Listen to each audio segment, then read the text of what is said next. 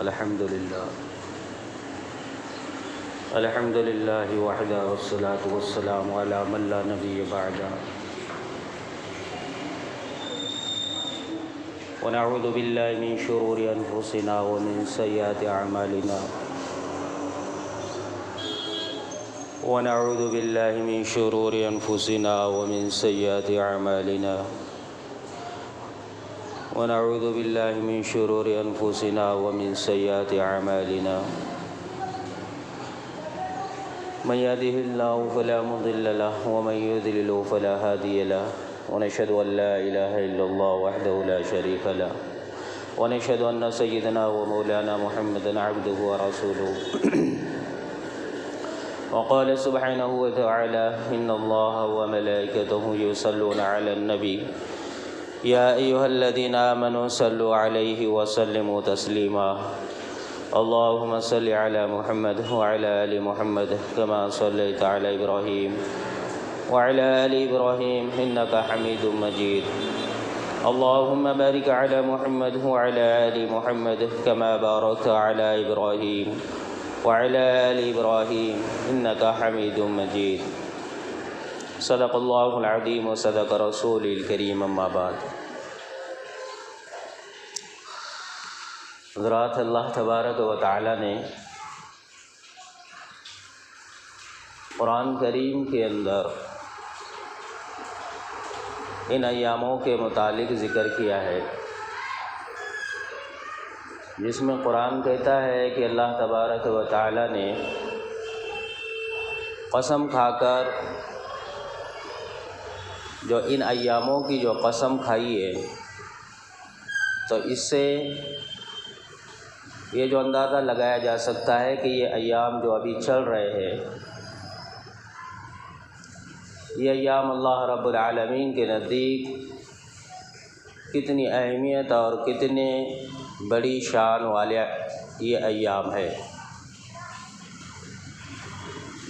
جس میں اللہ کہتا ہے والفجر وليال عشر والشفع والوتر۔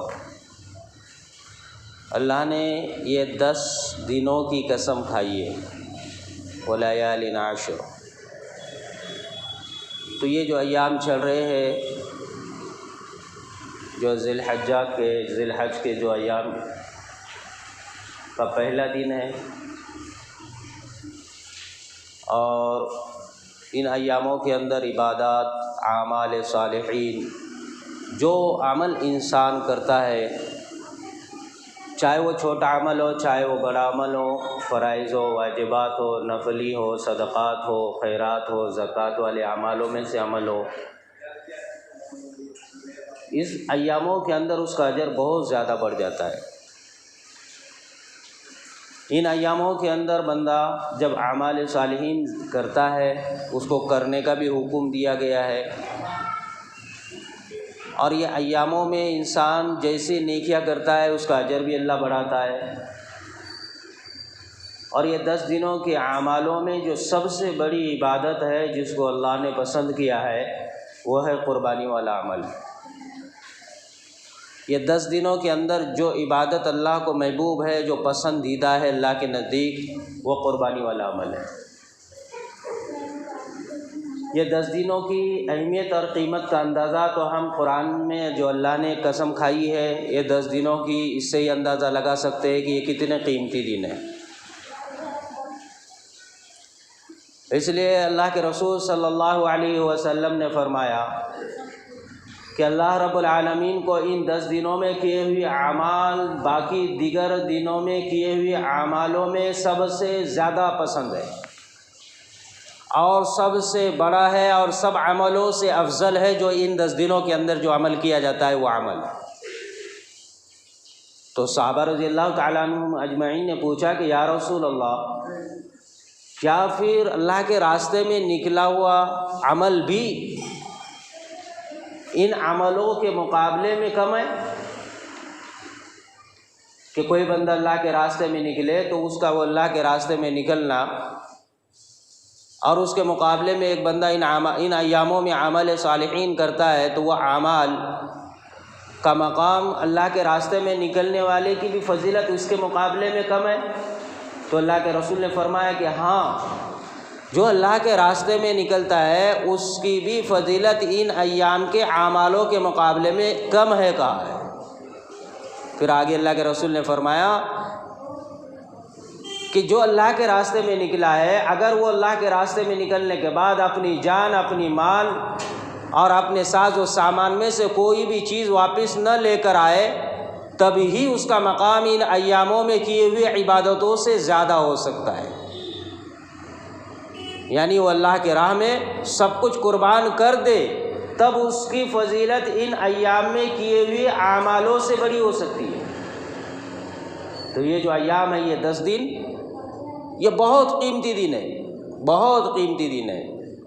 ان اعمالوں کے اندر، ان ایاموں کے اندر جو عمل صالحین، جو بندہ جو عمل ہے جو اللہ نے کرنے کو کہا ہے، جب بندہ وہ عمل کرتا ہے تو اللہ تبارک و تعالیٰ اس بندے سے بڑا خوش ہوتے ہیں، اس پر اجر اس کا بڑھا دیتے ہیں۔ اس میں تکبیر تشریعات کو رکھا ہے۔ تکبیر تشریع جو 9 ذی الحجہ سے شروع ہوگی اور 13 ذی الحجہ کے عصر تک اس کو مکمل کرنا ہے۔ اس کے علاوہ حج کے ایام چل رہے ہیں، وہ حج کے ایام ہوں گے، پھر 10 تاریخ کو قربانی ہوں گی، 10، 11، 12 تاریخ تک جو ہے تو یہ قربانی کا سلسلہ جاری ہوگا۔ یہ جو ایام ہے اس کے اندر جو اعمال ہو رہے ہیں، جو عمل ہوتے ہیں، جو اللہ نے کہا ہے کرنے کو، یہ اعمال کا مقام بہت اونچا ہے۔ اس لیے اس میں کثرت سے بندے کو چاہیے کہ وہ ذکر کرے، کثرت سے بندہ نوافل اور صدقات اور فرائض کا اہتمام کرے۔ ان ایام میں پورا بندہ ایک دوسرے کے حقوق کے اوپر توجہ دے کہ ایک دوسرے کے حقوق کو وہ ادا کرے، ایک دوسرے کے ساتھ خیر خواہی، محبت، پیار، شفقت، ان ساری چیزوں کے ساتھ میں ان ایام میں، اس ماہ مبارک میں بندے کو ان اعمال پر پوری طریقے سے نگرانی رکھ کر انسان کو زندگی گزارنا ہے۔ جب بندہ ان ایام کی قدر کرتا ہے تو اس کا اجر، اس کا صلہ جو ملنے والا ہے وہ بہت بڑا ہوگا۔ انسان کو یہ ایام، یہ مقدس دن، یہ اپنی طرف سے نہیں بلکہ اللہ کے فضل سے ہمیں ملے۔ ہمارا بھی اس میں کوئی کمال نہیں ہے کہ یہ ایام سے ہم نے ملاقات کر لی، یہ اللہ نے ہمیں فضل کیا، اللہ نے ہمارے اوپر رحم کیا اور ہمارا یہ ایاموں کے اندر سے گزر ہو رہا ہے۔ تو ہمیں چاہیے کہ ہم اس کی پوری قدر کریں۔ اس کی قدر کیا ہے؟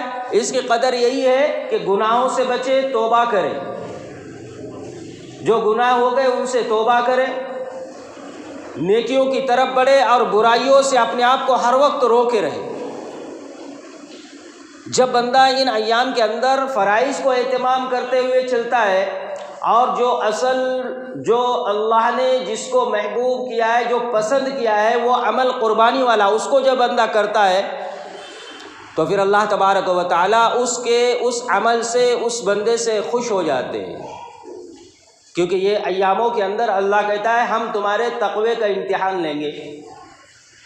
یہ ایاموں میں اللہ کہتا ہے کہ ہم تمہارے دلوں کا، تمہارے امتحان لیں گے کہ تم کون سی طرف اپنے آپ کو جھکاتے ہو، اپنے دل کو جھکاتے ہو، گناہ کی طرف جھکاتے ہو، مال کی طرف جھکاتے ہو، دنیا کی طرف جھکاتے ہو، یا ہمارے حکم کی طرف جھکاتے ہو کہ مال کا خرچ کر قربانی کرتے ہو، یا پھر گناہوں سے بچ کر توبہ کرتے ہو اور تقوی اختیار کرتے ہو۔ ہم یہ آزمائیں گے۔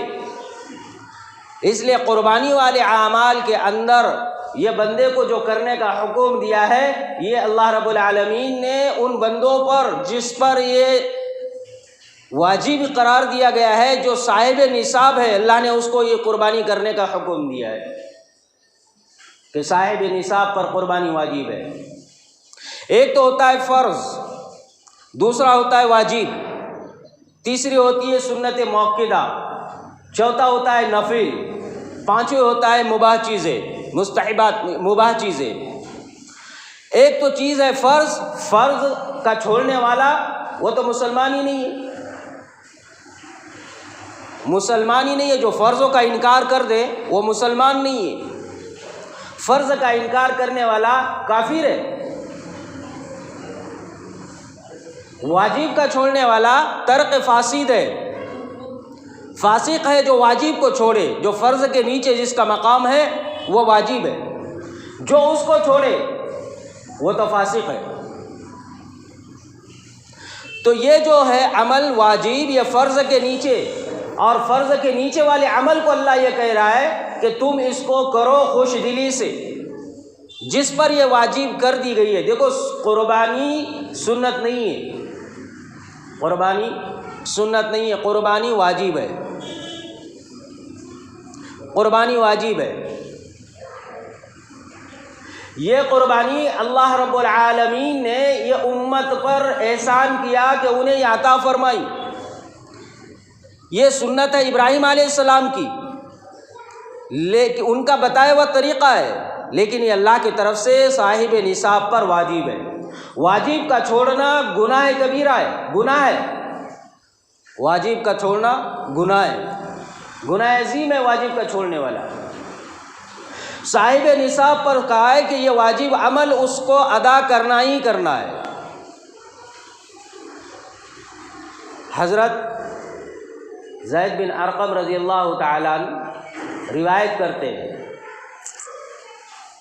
مشکات شریف کی روایت ہے، جس کے اندر وہ کہتے ہیں کہ اصحاب رسول، صحابہ رضی اللہ تعالیٰ عنہ اجمعین نے اللہ کے رسول صلی اللہ علیہ وسلم سے سوال کیا، اور کیا کہا؟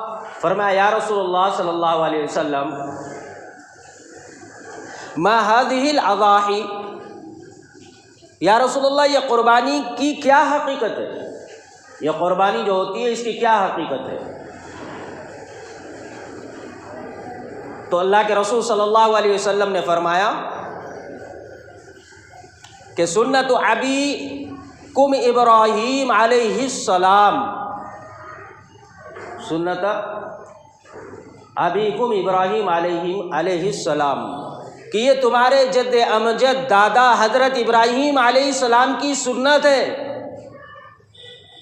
یہ ان کا طریقہ ہے، یہ انہوں نے کیا ہوا عمل ہے، اور اس عمل کو اللہ نے آگے جاری کیا یہاں تک کہ تم تک پہنچا، اور اللہ نے تمہیں کرنے کا حکم دیا جو ہم کرتے۔ تو صحابہ رضی اللہ تعالیٰ عنہ اجمعین نے پھر آگے سے سوال کیا، کہا یا رسول اللہ قالوا فما لنا فیہا، کہ یہ قربانی جو ہم کرتے ہیں اس میں ہمارے لیے کیا اجر ہے، ہمارے لیے کیا انعام ہے جو ہم قربانی کرتے ہیں، ہم جو یہ قربانی دے اس میں ہمارے لیے کیا نفع ہے؟ تو اللہ کے رسول صلی اللہ علیہ وسلم نے فرمایا قال بكل شعرة حسنہ، کہ یہ جو تم قربانی دیتے ہو، قربانی جو جانور کی تم دو گے، جس جانور کو تم ذبح کرو گے، اس جانور کے جسم کے ایک ایک بال کے عوض تمہارے نام اعمال میں ایک ایک نیکی لکھی جائے گی۔ تو صحابہ رضی اللہ تعالیٰ عنہ اجمعین نے سامنے سے پھر کہا یا رسول اللہ جو دمبا ہم ذبح کرتے ہیں تو وہ دمبے کے اوپر تو اون ہوتی ہے، اون، اس کا کیا مطلب، اس کے بدلے کیا ملے گا؟ تو اللہ کے رسول صلی اللہ علیہ وسلم نے فرمایا کہ ہاں اس کے بدلے اس کے ایک ایک بال کے ایک ایک جز کے برابر، ایک ایک دھاگے کے برابر جو ہے تمہیں وہی ملے گا، ایک ایک نیکی ملے گی اور تمہارے نام اعمال میں لکھی جائے گی۔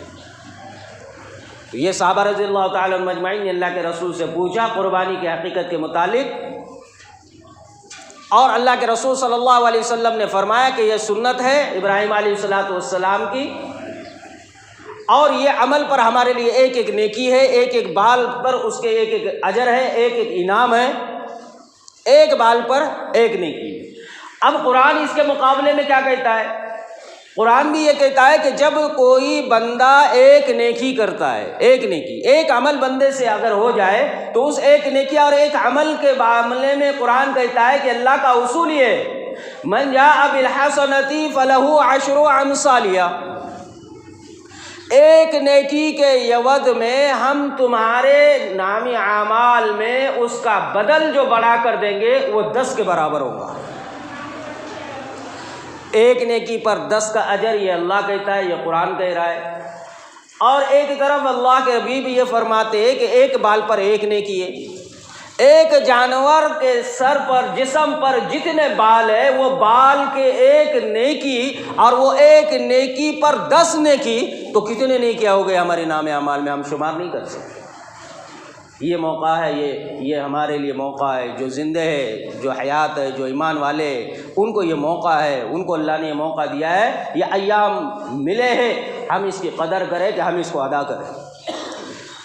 پھر دوسری روایت میں کیا فرمایا؟ مشکات شریف میں، ترمذی شریف میں، ابن ماجہ میں، اما عائشہ رضی اللہ تعالی عنہا فرماتی ہے، اور انہوں نے فرمایا کہ اللہ کے حبیب صلی اللہ علیہ وسلم نے فرمایا کہ ان ایاموں کے اندر، یہ 10 دنوں میں جو بندہ عمل کرتا ہے ان سارے اعمالوں میں سب سے افضل اور سب سے زیادہ اللہ کو جو محبوب اور پسند ہے وہ جانور کی قربانی کرنا ہے۔ سب سے زیادہ محبوب ترین عمل اللہ کے نزدیک قربانی کرنا ہے۔ پھر آگے فرمایا کہ جب بندہ جانور پر قربانی کرتا ہے تو جب اس کے اوپر چھری چلائی جاتی ہے تو ابھی اس کے گلے پر چھری چلی تھی اور اس کے جسم سے خون کا پہلا بوند ابھی زمین پر گرائی تھا، اس سے پہلے اللہ رب العالمین اس قربانی کو قبول کر لیتا ہے۔ قبولیت کا شرف جو ہمیں مل رہا ہے، خون ابھی زمین پر گرا بھی نہیں، وہ گرتے ہی اللہ رب العالمین اس کی اس قربانی کو قبول کر رہا ہے۔ پھر آگے فرماتی ہے اما عائشہ رضی اللہ تعالیٰ عنہ کہ بندہ جب یہ قربانی کر کر جانور کو ذبح کرتا ہے تو قیامت کے دن یہی جانور کے بال، یہی جانور کے سینگ اور یہی جانور کے کھرے سمیت یہ جانور اللہ کے سامنے حاضر ہو جائے گا، یہ جانور حاضر ہو جائے گا۔ اس لیے آگے پھر اللہ کے حبیب نے فرمایا کہ تمہیں چاہیے کہ تم اپنے اس قربانی کو خوش دلی سے، محبت سے، شفقت سے، خوشی خوشی سے اس عمل کو تم اس کو کیا کرو، کہ تمہیں چاہیے کہ قربانی تم خوش دلی سے کرو، اور اس لیے کرو کہ اس عمل سے رب راضی ہو جائے، اس لیے یہ عمل کرو کہ رب راضی ہو جائے۔ قرآن میں ایک طرف پھر اللہ کیا کہتا ہے؟ لَن يَنَالَ اللَّهَ لُحُومُهَا وَلَا دِمَاؤُهَا وَلَٰكِن يَنَالُهُ التَّقْوَىٰ۔ جب انسان جانور کی قربانی کرتا ہے، جانور کو ذبح کرتا ہے، تو انسان کے اس جانور کی قربانی کے بعد اس کا گوشت، اس کا پوش، اس کی ہڈیاں، اس کے سارے اجزاء، اللہ کہتا ہے کہ یہ تو سب تمہیں ہی مبارک ہو، ہمیں تو کچھ بھی نہیں چاہیے، یہ سب چیزیں تو ہم تک پہنچتی نہیں ہے، جو گوشت پوش ہے یہ تو تم ہی کھا لیتے ہو، یہ سب تمہیں مبارک۔ تو اللہ کہتا ہے کہ پھر ہم تک کیا پہنچتا ہے؟ وَلَٰكِن يَنَالُهُ التَّقْوَىٰ مِنْكُمْ، کہ جو تمہاری نیت ہے، جو تمہارا ارادہ ہے، جو تمہارا خیال ہے، رب اس سے راضی ہو، اللہ کہتا ہے کہ ہمارے تک جو پہنچتا ہے وہ صرف وہ تمہارا ارادہ پہنچتا ہے، وہ نیت پہنچتی ہے۔ تو بندے کو چاہیے فرمایا کہ وہ اس طریقے سے قربانی کرے۔ اب یہ قربانی کیا عمل ہے؟ یہ قربانی کس چیز کو کہتے ہیں؟ قربانی کیا ہے؟ یہ قربانی یہ قرب سے جب بندہ یہ قربانی دیتا ہے نا تو یہ بندہ قربانی کے بدلے میں اللہ کے قریب پہنچ جاتا ہے، اللہ کا قرب نصیب ہوتا ہے، قرب مل جاتا ہے بندے کو، اللہ کا قرب مل جانا، اللہ کے قریب پہنچ جانا، اللہ کا دوست بن جانا، یہ اللہ تک پہنچانا، یہ قربانی اس کو اس تک پہنچاتی ہے۔ یہ اس سے قرب سے اس کو لیا گیا ہے قربانی یہ قرب کا ذریعہ ہے، تقرب کا ذریعہ ہے اللہ کے قریب۔ وَاتَّخَذَ اللَّهُ إِبْرَاهِيمَ خَلِيلًا، ابراہیم علیہ السلام اللہ رب العالمین فرماتے ہیں وہ ہمارے خلیل ہے، ہمارے دوست ہے۔ ابراہیم علیہ السلام کو اللہ نے خلیل بنایا ان کے ان اعمال کی وجہ سے۔ یہ راستہ، یہ عمل جو ہے یہ اللہ تک پہنچنے کا اور اللہ کے دوست بننے کا عمل ہے قربانی۔ یہ قربانی والا بندہ جب اس عمل کو کرتا ہے تو اللہ تبارک و تعالی اس کے اس عمل سے بے انتہا خوش ہو جاتے ہیں، بے انتہا خوش ہو جاتے ہیں۔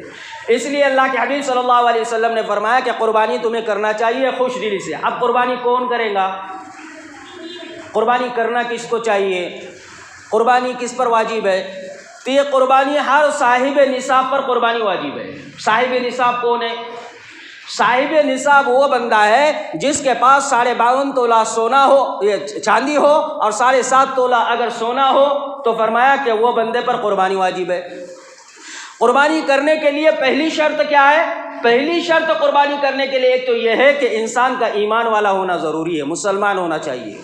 دوسری شرط اس میں یہ ہے کہ پھر وہ بالغ ہونا چاہیے، بچہ نہیں ہونا چاہیے، بالغ ہونا چاہیے۔ نابالغ پر قربانی واجب نہیں ہے، بالغ پر قربانی واجب ہے۔ پھر مسلمان پر قربانی واجب ہے، کافر پر نہیں ہے۔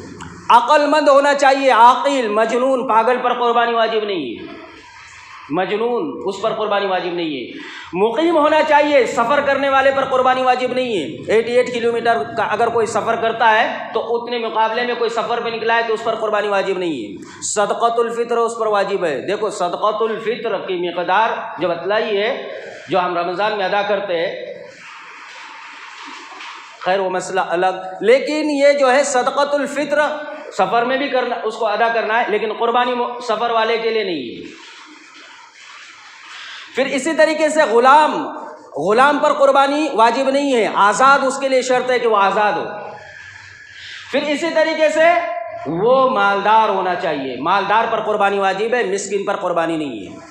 مالدار کس کو کہیں گے؟ جس کے پاس 52.5 تولہ چاندی ہو یا 7.5 تولہ سونا ہو۔ اب اگر یہ دونوں میں سے ایک چیز ہے 52.5 تولہ چاندی، تو اس پر بھی قربانی واجب ہے، اور اگر جس کے پاس 7.5 تولہ سونا ہے تو اس پر بھی قربانی واجب ہے۔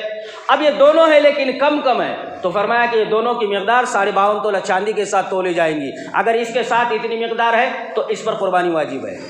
اب اس کے علاوہ اس میں اور دیگر چیزیں کیا ہے؟ تجارت سامان، جو تجارت کے لیے مال ہے، اگر وہ بندے کے پاس ہے وہ تجارت سامان پر بھی قربانی واجب ہے، اگر وہ چاندی کی مقدار پر ہے۔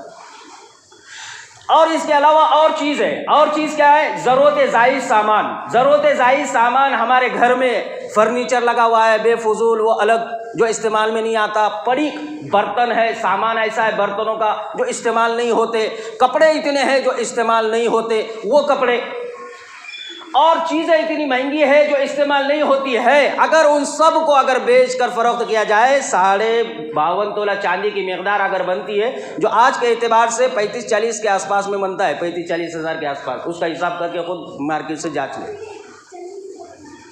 35-40 ہزار روپے کی مقدار بنتی ہے۔ اگر کسی کے پاس اتنا سامان، ٹی وی، یاد رکھو مہنگے ٹی وی آئے، مہنگے موبائل آئے جو ضرورت سے زائد ہے، ٹی وی تو ضرورت اشیاء میں ہے ہی نہیں، اصل اشیاء میں ہے ہی نہیں، ٹی وی پر بھی ہو اس پر بھی واجب ہے۔ ضرورت زائد سامان جو استعمال کے باہر ہے اس پر قربانی واجب ہے، اور یہ ضرورت استعمال میں بھی نہیں ہے ٹی وی، اس پہ قربانی واجب ہے۔ اب یہ ضرورت زائد، اس کے پاس پراپرٹی ہے، گھر ہے، اس کے پاس ایسی بنجر زمین ہے جو اس کے پاس میں لگی ہوئی ہے، ضرورت سے زائد ہے، اس کی قیمت اگر 52.5 تولہ چاندی کی مقدار پر ہے تو اس پر بھی قربانی واجب ہے، اس پر بھی قربانی واجب ہے۔ اسی طریقے سے اگر ایسا بندہ جس کے پاس میں اتنی رقم نہیں ہے کہ اس کے پاس پراپرٹی بھی نہیں ہے، مال اسباب بھی نہیں ہے، کوئی شے نہیں ہے، کھانے کا اناج اتنا اسٹاک میں ہے اس کے پاس میں، ضرورت سے زائد ہے، اور اس کو اگر بیچ کر اتنی رقم جوڑی جا سکتی ہے تو فرمایا اس پر بھی قربانی واجب ہے۔ اور بنیاد اس میں کیا ہے پتہ ہے؟ زکوٰۃ میں سال گزرنا ضروری ہے، یہ قربانی والے عمل میں سال نہیں، جس دن تمہارے پاس قربانی کے دن ایک دن پہلے یا ایک دن آج اگر اتنا مال ہمارے پاس آ گیا قربانی واجب ہے۔ زکوٰۃ کے لیے سال گزرنا ضروری ہے، مال پر، سامان پر، زیور پر، لیکن اس پر سال گزرنا ضروری نہیں ہے، وہ اس دن جس دن ہے اسی دن پر قربانی اس پہ واجب ہو گئی، آج ہے ہمارے پاس آ گیا کیسے تو قربانی واجب ہے۔ زیورات ہے جس کے پاس ہے اس پر قربانی واجب ہے۔ اسی طریقے سے عورتوں پر بھی قربانی واجب ہوتی ہے جن کے زیورات ہوتے ہیں، مردوں پر بھی قربانی واجب ہوتی ہے جن کا اتنا پیسہ ہے دینا آنا، اگر کسی کو اداری ہے اور وہ اداری آنی ہے، اس کو پتہ ہے قربانی کے لیے اس کے پاس میں کوئی رقم بھی نہیں ہے، لیکن اس کے پاس آنے والی رقم اتنی ہے جو اس پر قرض نہیں ہے لیکن آنا ہے، صرف آنے والی رقم ہے، اور مال اس کے پاس اتنا نہیں ہے کہ جس سے جانور خریدا جا سکے، ایسے بندے کو چاہیے وہ قرض حسنہ قربانی کے لیے لے اور اس سے قربانی ادا کرے۔ اور کیونکہ اس کے پاس یہ عذر ہے، یہ عذر کے بنیاد پر اس کو قرض حسنہ لینے کا ہے کہ وہ مال اس کا آنے والا طے شدہ ہے، اس پر اس کو جو ہے تو قربانی لینے کے لیے کہا گیا، یہ لینے کے لیے کہا ہے قرضہ۔ دوسرا نفلی قربانی، ایک واجبی قربانی، ایک نفلی قربانی۔ نفلی قربانی جس پر استطاعت نہیں ہے وہ اگر دینا چاہے، اللہ کے رسول نے فرمایا ایام چل رہے، خوش دلی سے انسان کو دینا چاہیے، کرنا چاہیے اور اپنی آخرت میں اپنا اجر بڑھانا چاہیے۔ وہ اگر نفلی قربانی جس پر واجب نہیں ہے وہ دینے کے لیے اگر دینا چاہتا ہے، اب اس کے پاس پیسہ نہیں ہے، ایسے بندے کے لیے دو شرطیں۔ ایک شرط تو یہ ہے کہ اس کے پاس وہ جو رقم لے رہا ہے وہ لوٹانے کی طاقت رکھتا ہے کہ نہیں رکھتا ہے، اس کا کوئی کمائی کا ذریعہ ایسا ہے جس سے وہ پیسہ آ سکتا ہے یا نہیں آ سکتا، یا پھر کہیں سے اس کے پاس پیسہ آنے کا راستہ شکل کوئی ہے تو اس کو بھی چاہیے کہ وہ قرضہ حسنہ لے کر قربانی دے۔ اگر اس کے پاس کوئی آنے کا راستہ ہی نہیں ہے، کمائی کا کوئی ذریعہ ہی نہیں ہے اور وہ قربانی کے لیے قرضہ حسنہ لیتا ہے اور اس کے پاس کوئی نہ پیمنٹ کا ذریعہ ہے، نہ کمائی کا ذریعہ ہے، نہ کوئی اسباب ہے، سامان ہے جس کو بیچ کر وہ پیسہ دے سکتا ہے، تو ایسے کو قرض حسنہ لے کر قربانی دینے کی اجازت نہیں ہے۔ یہ فتویٰ کی کتاب کے اندر اس کو لکھا ہے۔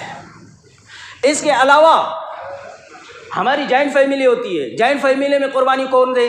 جوائنٹ فیملی کے اندر 4 بچے 2 بچے وہ لا کر باپ کے ہاتھ میں پیسہ دے دیتے، وہ باپ اپنے ذات سے جمع کر لیتا ہے، سب اس کے پاس جمع پونجی ہوتی ہے۔ تو فرمایا کہ جہاں پر جو اولاد ماں باپ کے اختیار میں ہے اور ماں باپ کے ہاتھ میں وہ رقم ہے، ماں باپ میں سے جو اس کا مالک ہے اس پر قربانی واجب ہے، یہ بچوں پہ قربانی واجب نہیں ہے۔ اگر ان کے کمائی لاکھوں روپے باپ کے پاس جمع ہے لیکن یہ بیٹے کی ملکیت نہ ہونے پر اس پر واجب نہیں ہے، یہ ماں باپ جس کے حق میں ہے وہ ان پر واجب ہے۔ اب اگر یہ ان کے پاس بھی اتنی ماں باپ ہے، بچے بھی ہے لیکن اتنی نہیں ہے رقم، 35-40 ہزار روپے کی رقم نہیں ہے، ضرورت سے زائد سامان نہیں، سونا چاندی کچھ بھی نہیں ہے، تو اب یہ اگر مل کر یہ چاہتے ہیں کہ ہم سب مل کے قربانی دیں کیونکہ ایام قربانی چل رہے اس پر ہم اجر کمائے، کیوں نہ ہم کیوں پیچھے رہے؟ اگر یہ دینا چاہے تو اب یہ 4 بیٹے اگر وہ کہے ابا میرے 1000 روپے، میرے 1000 روپے، میرے 1000 روپے، ہم سب کی طرف سے یہ قربانی نہیں ہوتی۔ قربانی ہونے کے لیے شرط یہ ہے کہ سب کے سب مل کر یہ کہے کہ ابا یہ ہم نے آپ کو دے دیے، یہ ان کو پہلے اس کا مالک بنانا پڑے گا، اس کو یاد رکھو۔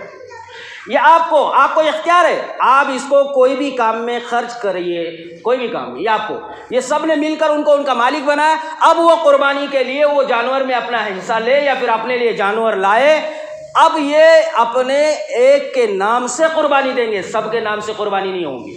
سب کہیں گے ہم نے پیسے دیے تو ہمارے طرف سے ہو گئی، نہیں، وہ باپ ہی کے نام سے قربانی ہوگی۔ اب وہ باپ کے نام سے قربانی جب ہو جائے تو یہ باپ اپنے اس قربانی میں نام اپنا رہے گا، اپنے نام سے ہوگی اور نیت اپنے ذات سے یہ کرے گا کہ اس کا ثواب سب کو ملے، ہمارے گھر کے بچوں کو، یہ جائز ہے۔ اپنا ثواب سب کو تقسیم کیا جا سکتا ہے۔ مرحومین کی طرف سے قربانی کیسے دی جائے؟ مرحومین کی طرف سے قربانی دینے کا طریقہ یہ ہے کہ مرحومین کو ہم قربانی دے 2 نمبر پر، پہلے ہماری ذات ہے پھر ان کی ذات، ہم پر واجب ہے ان پر نفل ہے، ان کی قربانی ہمارے قربانی کے بعد ہے، ہماری قربانی سائٹ میں رکھ کر ان کی قربانی دیں گے، ادا نہیں ہوگی، ہم گنہگار رہیں گے۔ ہم قربانی پہلے دے، مرحومین کے والدین کی طرف سے دے، نبی علیہ السلام کی طرف سے دے، نبی علیہ السلام نے جو قربانی دی پورے امت کے لیے، دو دمبے ذبح کیے، ایک اپنے طرف سے پورے امت کی طرف سے ایک، تو وہ اس کا ثواب آج تک ہمیں مل رہا ہے، ہمیں چاہیے ہم نبی علیہ السلام کی طرف سے بھی ہم قربانی دے۔ تو پھر قربانی دینے کا طریقہ یہ ہے کہ ہماری طرف سے پہلے ہو، ہمارا دیکھ کر پھر ان کے بعد نبی کی طرف سے ہو، والدین کی طرف سے ہو یا پھر کسی اور کی بھی طرف سے ہو، ہمارے دینے کے بعد ہوگا۔ ہم اگر نہ دے اور ہم ڈائریکٹ ان کی طرف سے دے تو قربانی ہماری نہیں ہونے کی وجہ سے ہم گنہگار ہیں۔ ہماری پہلے ذمہ داری ہے جو واجب ہے اور ان کے نام سے دینا وہ نفل ہے، اس کو یاد رکھو۔ ہمیں چاہیے کہ ہم قربانی دے، خوش دلی سے دے، لیکن پہلے ہمارا حق۔ اب ہم یہ کرتے ہیں کہ گھر میں 4 لوگ ہیں، چاروں پر قربانی واجب ہے، لیکن ہم ایک کے نام سے ہر سال دیتے ہیں، یہ بھی غلط ہے۔ ہمیں جس کے اوپر قربانی واجب ہے، 35-40 ہزار روپے کی مقدار جس کے پاس ہے، پراپرٹی ہے، باغات ہے یا پھر کوئی اشیاء ہے، ضرورت سے زائد سامان ہے، اس کو چاہیے، تجارت کا سامان ہے، اس کو چاہیے وہ قربانی دے۔ وہ بیٹا ہو یا بیٹی ہو، ماں باپ ہو، گھر میں رہنے والے 10 لوگ ہو، اپنے اپنے اختیار میں اتنی رقم ہے، اس کے مالک ہے، صاحب نصاب تک یہ پہنچ گیا۔ ہر سال ایک کے نام سے قربانی دینے پر قربانی سے سب بری نہیں ہوتے، ہر ایک کی قربانی الگ الگ ہے، جو وہ مالک ہے، اس لیے سب کو ہر ایک کو اپنی طرف سے قربانی دینی ہوگی۔ ہم یہ سمجھتے ہیں باپ ذمہ دار ہے، سب پیسے ایک جگہ جمع ہوتے ہیں تو باپ یہ سمجھتا ہے کہ پچھلے سال میں نے میرے نام سے دیا تھا، آج یہ بیٹے کے نام سے دوں گا۔ باپ گنہگار ہی رہا، کیونکہ مال کا مالک یہ بیٹھا ہوا ہے، یہ گنہگار رہا۔ بیٹے کی طرف سے قربانی دینا واجب تھی نہیں، نفل تھی، اس کے ثواب تو ملا نفل کا، لیکن واجب باپ کا چھوٹ گیا کیونکہ باپ مالک ہے اس کا۔ دیکھو 3 بیٹوں نے باپ کو مالک بنایا ہوا ہے نا، وہ مال کا مالک وہ ہے، وہ کہے کہ میں ہر سال بیوی کے نام سے، بچے کے نام سے، اس کے نام سے دوں گا، آج اس کے نام سے۔ یہ اس طریقے کی قربانی میں چالاکیاں نہیں چلتی، ہر سال ایک کو خوش کرنا جائز نہیں ہے۔ ہم اپنے ذات اس کو پہلے مقدم رکھ کے ہر سال ہم پر واجب ہے، پھر ہم بچوں کی طرف سے دیں وہ الگ ہے، وہ نفل ہے۔ اس طریقے سے جو ہے نا قربانی کا سلسلہ ہے۔ تو اس اعتبار سے جوائنٹ فیملی میں قرض لے کر قربانی دینا، اس طریقے سے پھر ہمارے ذات سے ہم قربانی دے تو جانور خریدے، جانور کے اندر بیل، بھینس، گائے، دمبا، بھیڑ، بکری، اونٹ، یہ جانور ہے۔ اونٹ کی عمر 5 سال ہے، گائے بھینس بیل کی جو ہے تو عمر 2 سال ہے، اور ان نیچے والے جانور کی 1 سال ہے۔ یہ سال ختم ہونا شرط ہے، اس کو بھی یاد رکھو، سال ختم ہو کر ایک والے سال کو دوسرا سال شروع ہونا، 2 والے سال کو 2 سال ختم ہو کے تیسرا سال شروع ہونا چاہیے، اس کو یاد رکھو۔ جس دن آج اگر ان کا سال ہو رہا ہے، آج قربانی دے تو قربانی نہیں ہوگی، قمری مہینے کا اعتبار ہوگا ان کے سال میں، یہ بھی یاد رکھو، قمری مہینے کا۔ یہ جنوری فروری یہ حساب میں نہیں بیٹھتے، یہ نہیں ہے شریعت میں، یہ قانون ہے اللہ کا۔ پھر وہ 5 سال کے بعد اس کو 6ٹھا سال شروع ہونا چاہیے۔ پھر وہ جانور بھی کیسا ہونا چاہیے؟ وہ جانور ایسا ہونا چاہیے کہ فرمایا کہ وہ جانور کے اندر کوئی عیب نہیں ہونا چاہیے، بے عیب جانور ہونا چاہیے۔ عیب دار جانور کی قربانی واجب نہیں ہوتی۔ عیب دار جانور اس کو کہتے ہیں جو اپنے پیر کے لنگڑے پن سے اپنے مقام قربانی کی جگہ تک نہ جا سکے، وہ عیب دار ہے۔ عیب دار جانور اس کو کہتے ہیں فتویٰ ہندیہ، جس کی آنکھ اتنی اندھی ہو اور آنکھ کا کانا پر اتنا ظاہر ہو کہ وہ پورا ظاہر ہے، تو فرمایا اس کی بھی قربانی واجب نہیں ہے۔ اتنا لاغیر کمزور کہ اس کے ہڈیوں میں گودا ہی نہیں ہے، ایسے بھی جانور کی قربانی واجب نہیں ہے۔ ایسا جانور جس کے تھن کے 2 گھنٹیاں چلی گئی، ایسے جانور کی قربانی جائز نہیں، چاہے بیماری کی وجہ سے ہو یا کسی وجہ سے ہو، وہ بھی جانور کی قربانی واجب نہیں ہے۔ اور اگر دمبا ہے، چھوٹے ہے، بھیڑ بکری دمبا یہ ہے، ان کی اگر 1 گھنٹی جو ہے چلی گئی اور فرمایا کسی بھی وجہ سے ہو، ان کی بھی قربانی واجب نہیں ہے۔ ایسا جانور جس کا سنگ پورا اکڑ گیا ہو، اس کی بھی قربانی واجب نہیں ہے، 1 یا 2۔ ایسا جانور جس کے کان کا تہائی سکڑ گیا ہو، ایسے بھی جانور کی قربانی جائز نہیں ہے۔ ایسا جانور جس کا پیدائشی سنگ نہ ہو، پیدائشی جو ہے تو وہ کان نہ ہو، پیدائشی دم نہ ہو، ایسے جانور کی بھی قربانی جائز نہیں ہے۔ ایسا جانور جس کے دانت نہ ہو، اب یہ دانت والا مسئلہ جو ہے نا، اس کو ذہن میں رکھو، بہت سارے لوگ غلطیاں یہ کرتے ہیں کہ دانت نہیں ہے بولے اس کی قربانی نہیں چلتی۔ 2 سال کا ہونا شریعت کے اعتبار سے اس کا قمری مہینے سے اگر ہو گیا ہے، اس پر قربانی کر سکتے ہیں، دانت کا ہونا شرط نہیں ہے، اس کو یاد رکھو۔ عمر کا ہونا شرط ہے، دانت کا ہونا شرط نہیں ہے۔ آگے دانت کے متعلق دوسرا مسئلہ یہ ہے کہ وہ مسئلہ یہ ہے کہ دانت جس کے پورے گر گئے، گھس گئے یا پورے ختم ہو گئے، اب اس سے اس کو کھانا ہی نہیں کھانے آتا، ایسے جانور کی قربانی جائز نہیں ہے، یہ الگ مسئلہ ہے، اس کو یاد رکھو۔ اور ایسا جانور ہے جس کو ہم نے خریدا ذبح کرنے کے لیے، لیکن لانے کے بعد پتہ چلا کہ اس کے اندر تو یہ عیب ہے جس میں قربانی نہیں ہو سکتی۔ اب یہاں پر 2 طرح کے لوگ ہیں، ایک مالدار بھی ہے، اس میں غریب بھی ہے۔ اب مالدار کو یہ حکم ہے کہ وہ جانور کو چھوڑ دے، دوسرا جانور خرید لے، دوسرے جانور میں قربانی دے۔ مسکین کو یہ کہا گیا ہے کہ تم اسی میں قربانی کرو۔ اب تیسرا مسئلہ ہے کہ یہ ہے کہ جب جانور کو ہم لٹاتے ہیں تو لٹانے کے بعد جب چھری چلانے کے لیے باندھتے ہیں، کھینچتے ہیں، پکڑتے ہیں، تب گر جاتا ہے، پیر ٹوٹ جاتا ہے، آنکھ پھٹ جاتی ہے، اندھے ہو جاتے ہیں۔ ایسے جانور جب لٹاتے سمے ذبح کے وقت یہ عیب اس میں آ جائے تو ایسے جانور کی قربانی جائز ہے، اس میں کوئی اعتراض نہیں ہے۔ قربانی کے لیے لٹاتے ہوئے پیر ٹوٹ جائے یا پھر آنکھ پھٹ جائے، اس کی قربانی صحیح ہوگی، جائز ہوگی، اس کو یاد رکھو۔ مسائل بہت ہے جن احباب کو معلوم نہیں ہے، اور رابطے کرے پھر بھی مسئلے پوچھے، جانور کی حقیقت کو پہچانے، جانور کو سمجھے۔ بھیڑ بکری دمبا، یہ دمبے کی 6 مہینے کی عمر میں بھی یہ جائز ہے، اس کا بھی مسئلہ یہ الگ ہے، اس کو بھی آپ سمجھ لے۔ اور باقی دوسرے جانور ہیں، ان کے بھی مسائل اور بہت سارے ہیں جو ہم پالتے ہیں، اس کا ہے مسئلہ۔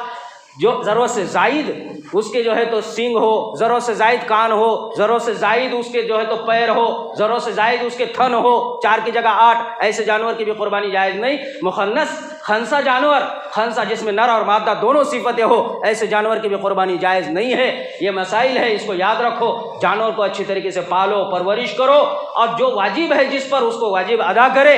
اور 7.5 یہ جو میں نے بتائی ترتیب، جو صاحب نصاب کون ہے، 7.5 تولہ چاندی سونا، 52.5 تولہ چاندی، چاندی کی مقدار ساری چیزوں کو جمع کر کے لگاؤ، آج کے ریٹ میں دیکھو کتنی رقم بنتی ہے، اس پہ تو واجب ہے۔ اور نفلی قربانی کرنے والے جو جس پر مستحق ہے، جو کرنا چاہتے ہیں، ایسے لوگوں کو بھی چاہیے کہ ذوق شوق سے کرے۔ پہلے میں نے جو روایتیں بیان کی ہے، جس کے اندر فرمایا کہ اللہ اس پر کیا اجر دے گا، تو اللہ پاک سے امید ہے اللہ پاک ہمیں مسائل کو سمجھنے کی توفیق عطا فرمائے، قربانی کو صحیح جان کر کرنے کی توفیق عطا فرمائے، اور اللہ ان ایاموں کی اللہ ہمیں قدر کرنے کی توفیق عطا فرمائے۔